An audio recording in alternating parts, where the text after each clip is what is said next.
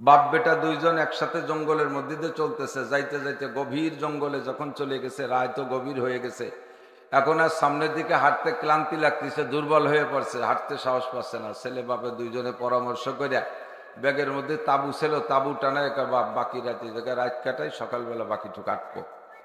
তো তাবু টানাইয়া দুই বাপ বেটা শুয়ে পড়ছে। শোয়ার পরে কিছুক্ষণের ভিতরে জঙ্গল থেকে বিষাক্ত একটা সাপ আইসা বাপরে দংশন করছে। বিষাক্ত সাপের দংশনে বাপ অল্পক্ষণের ভিতরে অচেতন অজ্ঞান হয়ে গেছে। ছেলে একা মানুষ, ছেলে মানুষ, বয়সও কম, কি তার বুদ্ধি আছে, কি তার তদবির চিকিৎসা করবে? আর তার কাছে জানাই বা কি থাকতে পারে? ডাক্তার লাগবে, উজা লাগবে, কবিরাজ লাগবে, এগুলো তো জঙ্গলের ভিতরে সংগৃহীত নাই। এখন তাকে চিকিৎসা করবে কিভাবে? কিছুক্ষণ বাপের পাশে বসে কান্নাকাটি করতে করতে বাপও ধীরে ধীরে নিস্তেজ হয়ে গেছে। এক পর্যায়ে মারা গেছে মনে করিয়া বাপরে বিছানায় চাদর দিয়ে ঢেকে থুইয়া সে কান্নাকাটি করতে করতে সেও ক্লান্তিতে ঘুমাই গেছে। সকালবেলা যখন ঘুম থেকে উঠছে, ঘুমানোর সময় অভিযোগ করছে, আল্লাহ, ও যখন শোয় তখন জঙ্গলের মশায় আইসা ওরে এত বিরক্ত করতেছে যে মুখ থাপড়াতে থাপড়াতে মুখ লাল করে ফেলাইছে মশার কামড়ের জ্বালায়। তো আল্লাহর পর অভিযোগ করলো, আল্লাহ, তুমি নাকি সবকিছু মানব সেবা, মানুষের খেদমতের জন্য সৃষ্টি করেছ। তো বাপরে কামড়াইলো সাপে আর আমারে কামড়ায় মশায়, মশা তুমি কোন খেদমতের জন্য বানাইছো? মশা কোন খেদমতের জন্য বানাইছো? শুনেছি সাপের বিষ দিয়ে ঔষধ বানায়, যদি আমার বাপরে মারছে তাহলে অনেক বাপরে সাপের বিষ দিয়ে চিকিৎসা করে, সেই হিসেবে ধরলাম সাপও আমাদের খাদেম, কিন্তু এই মশা বানাইছো কোন কাজের জন্য? এই যে আমার ঘুমোতে দিচ্ছে না, ও চোখের খেদমত করে না। অভিযোগ করতে করতে এক পর্যায়ে ঘুম এসে গেছে, ঘুমিয়ে গেছে। সকালবেলা ঘুমেতে যখন উঠছে, উঠে দেখে বাপও চাদর সরাইয়া উঠে বসে পড়ছে। বলবেন না সুবহানাল্লাহ? বাপও চাদর সরাইয়া উঠা, যে বাপরে মারা গেছে মনে করে রাত্রে একবার নিস্তেজ বাপ শোয়াই ধুইছে, সেই বাপ সকালবেলা চাদর সরাই উঠে বসে পড়ছে। এখন আশ্চর্য হয়ে গেল, বাপরে ঘুমের ঘরে কোন কবিরা চিকিৎসা করে গেল? কে আব্বাকে ডাক্তারি করলো? বিষ নামাইলো কে? খুঁজে পাচ্ছে না। দেখে বাপের গায়ের পাশ দিয়ে হাজার হাজার মশা মই দিয়ে পড়ে মরে রয়েছে। আল্লাহর পক্ষ থেকে তার ভিতরে এই সমঝ ঢুকাই দিছে যে যে মশার উপরে তোমার অভিযোগ ছিল যে মশা বানাইলো কে, কোন খেদমতের জন্য, সেই মশা তোমার বাপরে খেদমত করছে। রাতভর বাপরে ওই মশায় কামড়াইছে, আর মশার কামড়ের ভিতর দিয়ে রক্ত চুষে নেছে, রক্তের ভিতর দিয়ে বিষও চলে গেছে মশার পেটে। মশাগুলো ওই বিষ খেয়ে খেয়ে মরে রয়েছে পাশ দিয়ে, বাঘ বিষ মুক্ত হয়ে সুস্থ হয়ে বসে পড়ছে।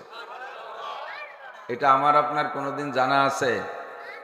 আল্লাহু আকবার। ওয়াইন তাউদ্দু নি'মাতাল্লাহি লা তুহসুহা। পাকিস্তানের চিফ জাস্টিস ছিলেন হযরত মাওলানা তকি উসমানী হাফিজাহুল্লাহ, এখনো বেঁচে আছেন। হযরত মুফতি শফি সাহেব রহমাতুল্লাহ আলাইহি সুযোগ্য সাহেবজাদা পাকিস্তানের চিফ জাস্টিস ছিলেন, প্রধান বিচারপতি ছিলেন। সারা পৃথিবীর বড় আলেমদের ভিতরে অন্যতম। বাংলাদেশে মাঝে মাঝে আসেন, এবারও শুনেছি আসবেন। হয়তো যশোর আসলে খবর পাইলে যে দেখবেন লোকটাকে, যে একটা দেশের চিফ জাস্টিস হইতে মৌলবীরাও পারে, এর একটা প্রমাণ উনি।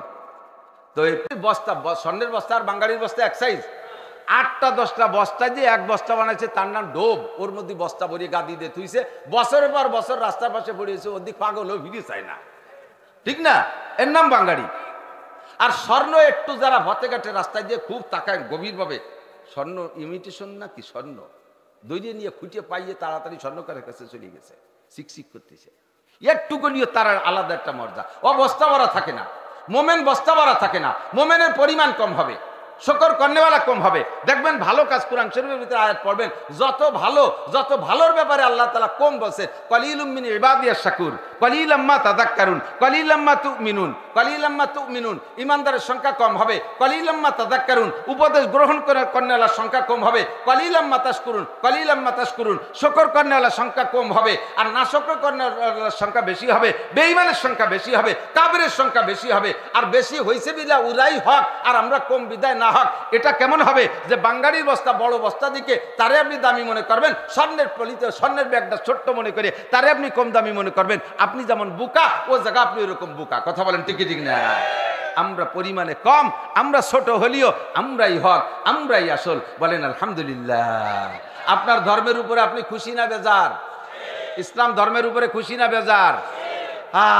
মুসলমান হইয়েই মাইডা খাইছি, তুমি হিন্দু হয়ে যাও। যাও খ্রিস্টান হয়ে যাও, গ্রিন কার্ড দিয়ে আমেরিকা নিয়ে তোমার সিটিজেন বানায় দেবে। বুঝবা চক্ষু বন্ধ করলে। ফাসাউফা তারা ইদান কাশাফাল গুবারু আফারাসুন তাহতা রিজলিকা আম হিমারু। ফাসাউফা তারা ইদান কাশাফাল গুবারু আফারাসুন তাহতা রিজলিকা আম হিমারু। দুনিয়ায় থাকতে তুমি বুঝতেছো না ঘোড়ার পিঠে বসা না গাধার পিঠে বসা। চক্ষু বন্ধ করার পরে তুমি বুঝবা ঘোড়ার পিঠে বসা আছো না গাধার পিঠে বসা আছো। আরে দুনিয়ায় থাইকা দুনিয়াদাররা এভাবে সাটকি চাটান গল্প মারতে পারে, তারা আত্মগর্ব আত্মগৌরব করতেই পারে। ওগুলো সব প্রমাণ হবে চক্ষু বন্ধ করে কবরে যাওয়ার পরে। কথা কোন ঠিক কিনা না? মরার পরে 1 নম্বর রিমান্ড হলো কবর। ওই রিমান্ডে ওই হাজতখানায় বৈশা যখন 14 মনে গুরজুর বাড়ি খাবা, সেই সময় চিৎকার মেরে বলবা, কি বলবা? আল্লাহ বুঝি নাই যে তুমি আল্লাহই হক। রব্বানা আবসারনা ওয়া সামি'না ফারজি'না না'মাল সালিহান ইন্না মুকিনুন। দুনিয়ায় থাকতে বুঝি নাই। ওলামায়ে কেরামরা চিৎকার মারছে, নবী রাসূলরা কালেমার দাওয়াত দিয়েছে, এ কথা দুনিয়ায় থাকতে বুঝতে পারি নাই। কবরে আযাব হবে এটা বিশ্বাস করতে পারি নাই। মনে করছিলাম যে মারা যাব তো মরা পর্যন্ত শেষ, এখন তো দেখি সব আছে। আর একটা বার সুযোগ দাও। রব্বানা আবসারনা ওয়া সামি'না, সব দেখতেছি আর শুনতেছি। ফারজি'না না'মাল সালিহান, আর একটা বার দুনিয়ায় পাঠিয়ে দাও, নেক আমল করব। একটা বার নেক আমল ছাড়বো না, নামাজ ছাড়বো না, রোজা ছাড়বো না, যা বলছে শরীয়তে সব মানবো। না'মাল সালিহা। আল্লাহ পাক বলবেন কাল্লা, আর হবে না। রব্বানা আখরিজনা মিনহা ফাইন উদনা ফাইন্না জালিমুন। ধরা যেদিন পড়বা কবরে যাইয়া, হে মুসলমান, মুসলমান হওয়ার পরে তুমি ইসলামকে ভালোবাসো না, তুমি অমুসলমানদের কালচার পছন্দ করো, তাদের সবকিছু তোমার ভালো লাগে। তুমিও মনে রাখো যেদিন ধরা পড়বা কবরে সেদিন বলবা রব্বানা আখরিজনা মিনহা ফাইন উদনা ফাইন্না জালিমুন। আল্লাহ আর একটা বার দুনিয়ায় পাঠিয়ে দাও, আর একটা বার দুনিয়ায় পাঠিয়ে দাও। ফাইন উদনা ফাইন্না জালিমুন, যে অন্যায়ের কারণে অ্যারেস্ট হয়েছি, এই অন্যায় যদি আর একবার কোনোদিন করি তাহলে সেদিন জালেম সাব্যস্ত করে যে বিচার করবা আর কোনো আপিল করব না, আর কোনো কথা বলবো না। আল্লাহ বলবেন, কি বলবেন জানেন? ইকসাউ ফিহা, এদিক ইকসাউ ফিহা, পড়ে থাকের মধ্যে অপমানজনক ভাবে পড়ে থাক। ইকসাউ ফিহা ওয়ালা তুকাল্লিমুন, আমার সাথে কোনো কথাই হবে না। ভাই ওই কালে যাইয়া আল্লাহ যদি কা আমার সাথে কথা হবে না, তাহলে কি আর কারো দরবারে যে কথা বলার জায়গা আছে? আল্লাহ বলবি ইকসাউ ফিহা, পড়ে থাকের মধ্যে, ওয়ালা তুকাল্লিমুন, আমার সাথে কথা বলবি না। সাথে আল্লাহ খোটা দেবে, আলাম ইয়াতিকুম নাজির। হে মুসলমান, আলাম ইয়াতিকুম নাজির, তোমাদের কাছে কি ভীতি প্রদর্শক যায় নাই? বক্তারা যায় নাই? তবলিগওয়ালা যায় নাই? জুমার দিনে ইমাম সাহেব কি মসজিদে বলে নাই আলাম ইয়াতিকুম নাজির? খতিবরা বক্তারা কি বয়ানে এগুলো বলে নাই আলাম ইয়াতিকুম নাজির?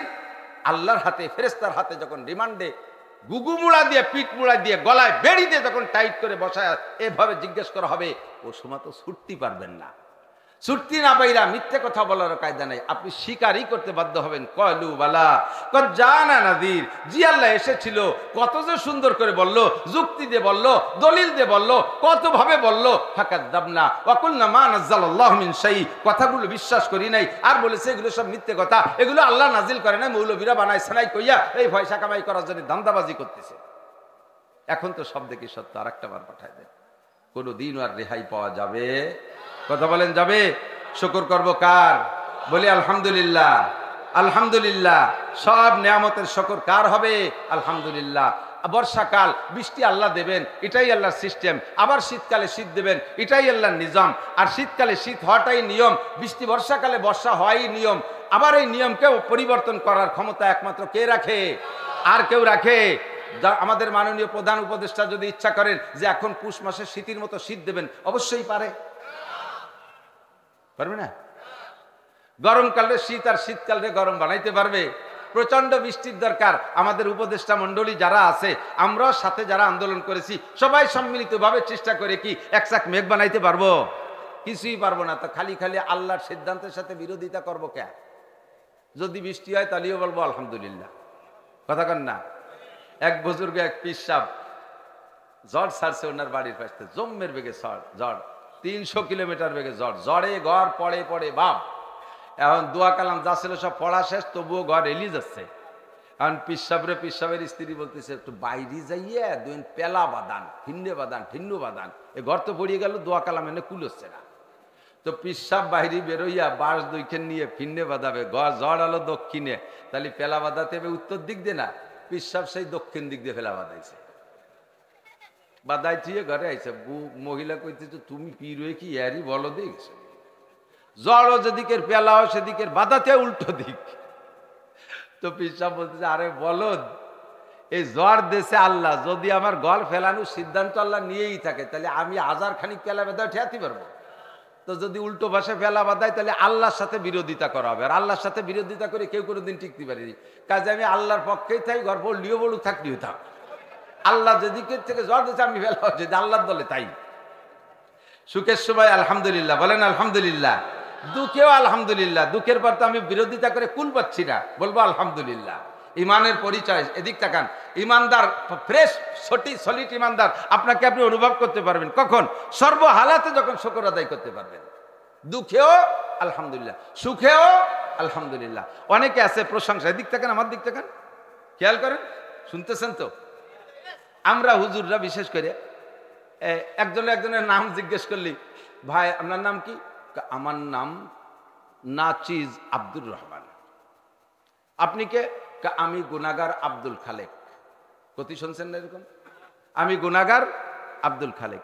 এই আমি গুনাগার আব্দুল খালেক বলি যে পরিচয় দিচ্ছ, তাহলে তোমার নামের সাথে নিজে গুনাগার শব্দটা লাগাই বলতেছো, এই কথাটা মনেতে বলতেছো না, তুমি বানাউট করে বলতেছো, প্রমাণ হবে সামনে 8-এর দিন।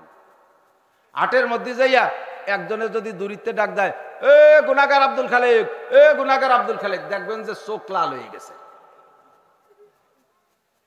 মিজাজ গরম হয়ে গেছে, এ নাসির শামসুল হক, এ নাসির শামসুল হক, এই করে যদি ডাক দেন, যারা বোঝে আর কি, নাচিজ মানে আমি কিছুই না, তাহলে সেদিন তুমি নিজেই বললে আমি নাচিজ আব্দুর রহমান, আমি না গুনাগার আব্দুল খালেক। আজকে সেই কথা আমি বললে তুমি রাগাও কে? তোমার মুখখান পুড়িয়ে গেল কে? বোঝা যায় যে এটা তোমার বানাউট উপাধি, নিজে নিজে বানাইছো, নিজের নিজে আরো ফুটোনোর জন্য। এই গুনাগার মানে আমি নেককার, গুনাগার মানে আমি নেককার, নাসিজ মানে আমি কিছু চিজ। নামের সাথে অত বারেন্দা লাগানোর দরকার নাই, নামের সাথে বারেন্দা। আমরা বক্তার এই আমার নামে যুক্তিবাদী দেয়, আল্লাহর কসম আমার বয়ানে শুনে থাকবেন, আমি কত ভাবে যুক্তিবাদীর প্রতিবাদ করছি, যে যুক্তিবাদী, আসল যুক্তিবাদী হলো শয়তান, আর সে যুক্তি দিয়ে সে বাঁচতে পারে নাই, এই জন্য শয়তানের যুক্তিবাদী শব্দটা আমার সাথে আমার ভালো লাগে না। কিন্তু কে যে কবে উঠে গিয়ে খাতায় লেয়া শুরু করে দিতে, আমি ঠেয়াতেই পারলাম না। বুলবুলি, ফুলকুলি, এটা ওটা সেটা কত তাই যে লাগায়, নামের এত বারেন্দার দরকার কি? এই বারেন্দা লাগানিটাই হলো রিয়ার আলামত, মানে নিজেকে নিজে ছোট মুখে প্রকাশ করা হলেও আসলে এটা মুখে অন্তরের কথা না, এটা হলো মুখের কথা। নিজেকে নিজে গুনাহগার দাবি করা এটা বলারই দরকার নাই, আমার নামটা আমি বলে দিলাম, আমার নামটা আমি বলে দিলাম। আমি সর্বহালাতে একই হালাতে থাকবো, প্রশংসা করলেও আমার যে হালাত, আমার বদনাম করলেও সেই হালাত, তাহলে বুঝবেন আপনি ইমানদার। কথা বলেন ঠিক না? সকল ভালো কিছু হলেও তাতেও আলহামদুলিল্লাহ, বিপক্ষে চলে গেলেও আলহামদুলিল্লাহ। তো বাহারহাল আল্লাহ পাক আজকে যে অবস্থায় রাখছে, অবস্থার পর আমরা খুশি না বেজার? বলি আলহামদুলিল্লাহ, বলি আলহামদুলিল্লাহ। আমি আপনাদের সকলের কাছে জানতে চাই, সিজনালি কথা থাকে, মাদ্রাসার কথা মাদ্রাসায় বলা লাগে। আমি যত ভালো ওয়াজ করি, শেষমেশ যদি হুজুরকে মসজিদের জন্য কয়টা টাকা কালেকশন না দিয়ে দিই, হুজুররা আমার পর সন্তুষ্ট থাকবে না। গাইরিস্তে ওয়াজ করবো সারা রাত, ভালো আপনারা বসে থাকবেন, সবাই তৃপ্তি পাবেন, কিন্তু টাকা উঠোই না দিলে উন্ডাও খুশি। তবে সে টাকা উঠোনে উঠি শেষ, নিশ্চিন্তে বসে থাকেন, 1 টাকাও মাদ্রাসায় কেউ দেবেন না, যা দেশেন দেশেন, ঠিক আছে তো? বসে থাকবেন, নড়াচড়ার দরকার নেই, ভয় নাই, কোনো টেনশন নাই। তবে জিজ্ঞাসা করতে চাই, আপনারা কি সুখে থাকতে চান না অসুখে থাকতে চান? শান্তি চান না অশান্তি চান? শান্তি চান তো? সত্যি শান্তি চান? আমিও শান্তি চাই। আল্লাহ পাকও শান্তি চাওয়া শিখিয়ে দিয়েছে। তোমরা দোয়া মুনাজাতের মধ্যে দোয়া করবা, রব্বানা পড়বেন, রব্বানা আতিনা ফিদ দুনিয়া হাসানা ওয়া ফিল আখিরাতি হাসানা ওয়া কিনা আযাবান নার। আল্লামা জালালউদ্দিন রুমি রাহমাতুল্লাহ আলাইহি এই আয়াতের তরজমা দিয়ে শের লেখেন, আতিনা ফি দারে দুনিয়া না হাসান, আতিনা ফি দারে দুনিয়া না হাসান, আতিনা ফি দারে উকবানা হাসান। আল্লাহ দুনিয়াও শান্তি চাই, আখিরাতেও শান্তি চাই। দুনিয়াও কান্তি চাই না, আখিরাতেও কান্তি চাই না। দুনিয়ার সুখ শান্তি আমি চাই, দুনিয়া হাসি খুশিতে থাকতে চাই, আখিরাতে আমি সুখে শান্তিতে থাকতে চাই। কোন জগতে আমি অশান্তি চাই না। কথা বলুন ঠিক কি ঠিক না? আল্লাহ দুনিয়াও আমাদের জন্য, আখিরাতও আমাদের জন্য। হারগুলেরা রঙ্গ বুয়ে দে গারাজ, প্রত্যেক ফুলের রং আর গ্রান আলাদা। খুব মজা, এদিক তাকান। প্রত্যেক ফুলের রং আর গ্রান আলাদা। হযরত আবু বকরের স্বভাব একরকম ছিল, হযরত ওমরের স্বভাব আর এক রকম ছিল, উসমানের স্বভাব আর এক রকম ছিল, আলীর স্বভাব আর এক রকম ছিল। সামান্য সামান্য পার্থক্য দিক দিয়ে। এই জন্য তো 4 জনের 4 class. Number 1 Abu Bakr, roll number 2 Omar, roll number 3 Osman, roll number 4 Ali. এই 4 জনের 4 জন কি জান্নাতি না জাহান্নামী? জাহান্নামী না জান্নাতি? যার প্রশংসা করা শুরু করব মনে করবেন যে উনি সবচাইতে বড়। সিরাতের কিতাব, তারিখের কিতাব, ইতিহাসের কিতাবের ভিতরে ঢুকলে আবু বকরের জিন্দেগি যখন পড়া শুরু করি মনে হয় যেন বাকি কয়জনের নামে আর কিছুই থাকলো না। এক একজনকে আল্লাহ তাআলা এক এক দিক দিয়ে আগায় দিয়েছে। আরহামু উম্মতি, নবী পাক নিজেই বলেন আরহামু উম্মতি বি উম্মতি আবু বকর। আমার উম্মতের উপরে সবচাইতে রহম দেল, দয়াবান, নরম দেল, উম্মতের উপরে মায়াবী মানুষটা, সবচাইতে শ্রেষ্ঠ মায়াওয়ালা মানুষটা আবু বকর। এরপরে ওমর।